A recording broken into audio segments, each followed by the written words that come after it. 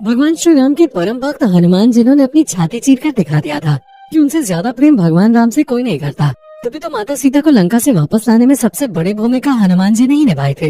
हालांकि दुष्ट रावण के चंगुल से माता सीता को छुड़ाने के बाद भगवान राम 14 साल का वनवास काट वापस अयोध्या आ गए। लेकिन सबसे बड़ा सवाल यही खड़ा होता है कि भगवान राम के मुश्किल वक्त में उनका साथ निभाने वाले परम भक्त हनुमान आखिर कहाँ चले गए, किस तरह उन्होंने अपनी आगे की जिंदगी बताई, और क्या ये बात सच है कि हनुमान जी आज भी जिंदा है। आज के इस वीडियो में इन सभी सवालों के जवाब जानने की कोशिश करेंगे। बस वीडियो को एक भी पल के लिए स्किप मत कीजिएगा। ये बात तो जग जाहिर है कि भगवान श्री राम के नाम के साथ ही उनके परम भक्त हनुमान का नाम जुड़ा हुआ है। इन दोनों को अलग अलग याद किया ही नहीं जा सकता है। जब कभी भी भगवान राम का जिक्र होता है, हनुमान जी का स्मरण हमेशा होता है। और हनुमान जी तो खुद ये कहते हैं कि राम के बिना वो अधूरे हैं। ऐसे में प्रभु और भक्त की ये जोड़ी संसार में और कहीं भी देखने को नहीं मिलते हैं। जहाँ हनुमान जी अपने प्रभु का नाम लेते हुए पूरे संसार की रक्षा करने में लगे हुए हैं। जो कोई भी हनुमान जी को सच्चे दिल से पुकारता है, ये उसकी मदद करने जरूर पहुँचते हैं। फिर चाहे इंसान हो या भूत, हनुमान जी हर किसी का विनाश करने के लिए हमेशा तैयार रहते हैं। तभी तो कहा जाता है कि भूत पिशाच निकट नहीं आवे, महावीर जब नाम सुनावे। और अगर हम हनुमान जी की ताकत के बारे में बात करें तो उसका वर्णन शब्दों में नहीं किया जा सकता। एक संत का कहना है कि 10,000 हाथियों में जितना बल होता है उतना बल एक दिग्गज में होता है, और 10,000 दिग्गजों में जितना बल होता है उतना बल इंद्र के ऐरावत हाथी में है, और 10,000 ऐरावत हाथियों में जितना बल होता है उतना बल एक इंद्र में है, और 10,000 इंद्र में जितना बल होता है उतना बल हनुमान जी की छोटी उंगली में है। अब आप अंदाजा लगा लीजिए कि हनुमान जी के पास कितना बल होगा। कहा तो ये भी जाता है कि हनुमान जी में इतनी शक्तियाँ थी कि वो चुटकियों में पूरी की पूरी लंका को ध्वस्त कर सकते थे। लेकिन भगवान राम की आज्ञा के बिना वो कुछ नहीं कर सकते थे, इसलिए इतना बड़ा युद्ध चला। इस कलयुग के दौर में किसी को सबसे ज्यादा जागृत और सशक्त कहा जाता है तो वो हनुमान जी हैं। तभी तो कलयुग के इस समय में जहाँ हर कोई कष्ट और पीड़ा से जूझ रहा है, वही हनुमान के भक्त सभी कष्टों से बचे हुए हैं। बहुत से लोग बाबा और तांत्रिकों के चक्कर में भटकते रहते हैं, क्योंकि उन्हें ये मालूम ही नहीं है कि हनुमान की भक्ति में कितनी शक्ति है।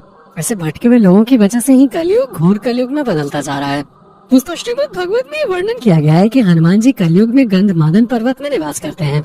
सनातन परंपरा से संबंधित शास्त्रों में वर्णन आता है कि दुनिया में 7 ऐसे चिरंजीवी हैं जो आज भी मौजूद हैं, जिनमें अश्वत्थामा, बलि, भगवान परशुराम, विभीषण, महर्षि व्यास, कृपाचार्य और संकट मोचन कहलाने वाले महावीर हनुमान जी शामिल हैं।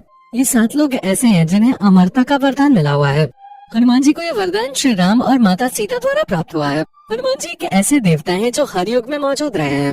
वहीं कलयुग में तो इनकी साधना सबसे ज्यादा कल्याणकारी मानी गई है। लेकिन सबसे बड़ा सवाल ये आता है कि लंका के युद्ध के बाद हनुमान जी कहाँ गायब हो गए। देखा जाए तो रामायण के बाद महाभारत में एक नहीं बल्कि 2 बार हनुमान जी की उपस्थिति दर्शाई गई है। पहली बार जब भीम जंगल में थे तब रास्ते में उन्हें एक बुजुर्ग वानर मिला।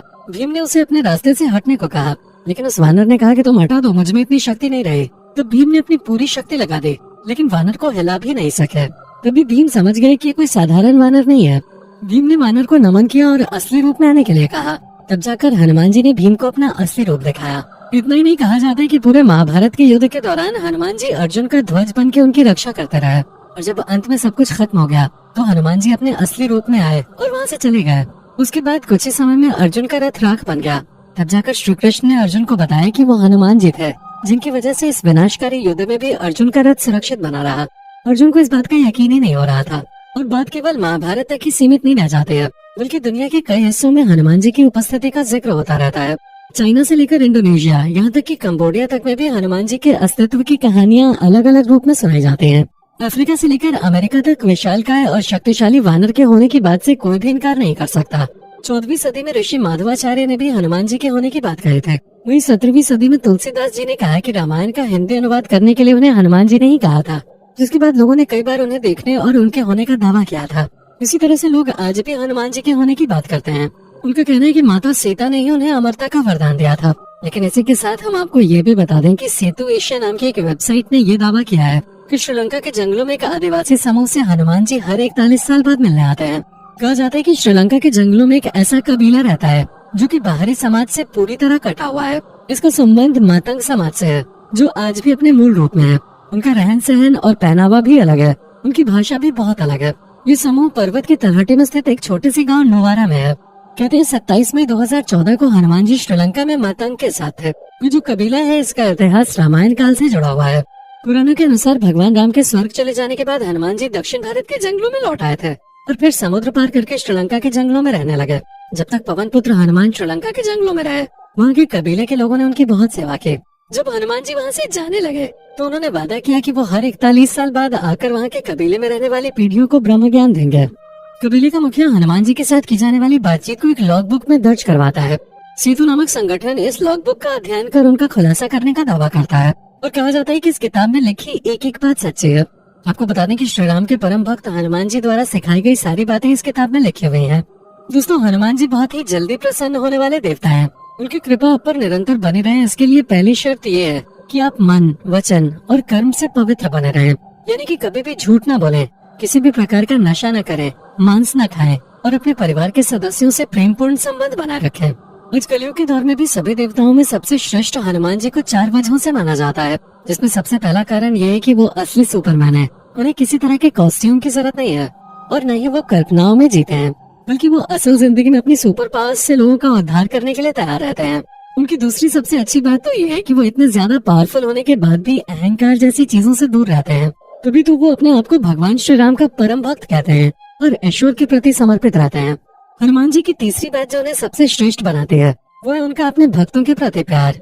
ये हमेशा अपने भक्तों की मदद के लिए खड़े रहते हैं और तुरंत उनकी सहायता करते हैं। और हनुमान जी की चौथी सबसे अच्छी बात यह है कि वो आज भी उपस्थित हैं। इस ब्रह्मांड में ईश्वर के बाद अगर कोई शक्ति है तो वो है हनुमान जी। महावीर विक्रम बजरंगी के समक्ष किसी भी प्रकार की मायावी शक्ति ठहर नहीं सकते। ये सभी शक्तियों के बादशाह हैं, तभी तो हर शक्ति इनके आगे आने के बाद अपना सिर झुका लेती है, फिर चाहे वो कितनी भी ताकतवर और मायावी ही क्यों ना हो। दोस्तों, हनुमान जी का जन्म कपि नामक वानर जाति में हुआ था। नए शोध के अनुसार भगवान श्री राम का जन्म 10 फरवरी 5114 ईसा पूर्व अयोध्या में हुआ था। श्री राम के पूर्व ही हनुमान जी का जन्म हो गया था और फरवरी 2015 से लगभग 7129 वर्ष पूर्व हनुमान जी का जन्म हुआ था।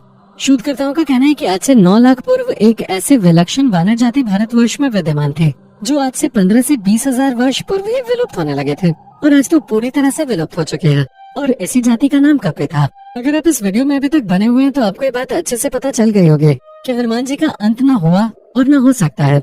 इस धरती के अंत तक वो यहीं पे रहेंगे और धरती के अंत के बाद भी हनुमान जी का अंत नहीं होगा, क्योंकि चाहे कितनी ही बड़ी आपदा क्यों न आ जाए, हनुमान जी को नष्ट करने के लिए कोई भी चीज इस दुनिया में नहीं बनी है। इसीलिए उन्हें महाबलशाली पवन पुत्र हनुमान कहा जाता है। अगर आप भी हनुमान जी के भक्त हैं तो कमेंट में बजरंग बली की जय लिखना मत भूलें। और आपका इस वीडियो के बारे में क्या विचार है कमेंट में जरूर बताएं और इसी तरह की वीडियोस को लगातार देखते रहने के लिए चैनल को सब्सक्राइब करना न भूलें। धन्यवाद।